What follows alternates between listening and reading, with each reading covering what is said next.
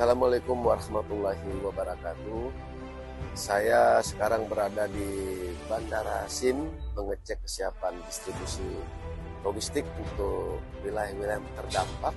Saya menghimbau kepada masyarakat Kota Banda Aceh, jangan panik buying ya.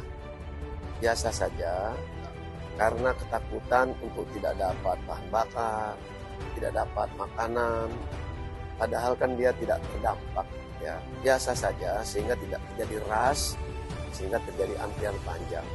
Kami menghimbau tetap tenang, ketersediaan makanan lengkap, ketersediaan bahan bakar lengkap. Mari berbanyak istirahat untuk tidak beraktivitas dulu agar semua berjalan dengan baik. Terima kasih, semoga semua berjalan dengan lancar.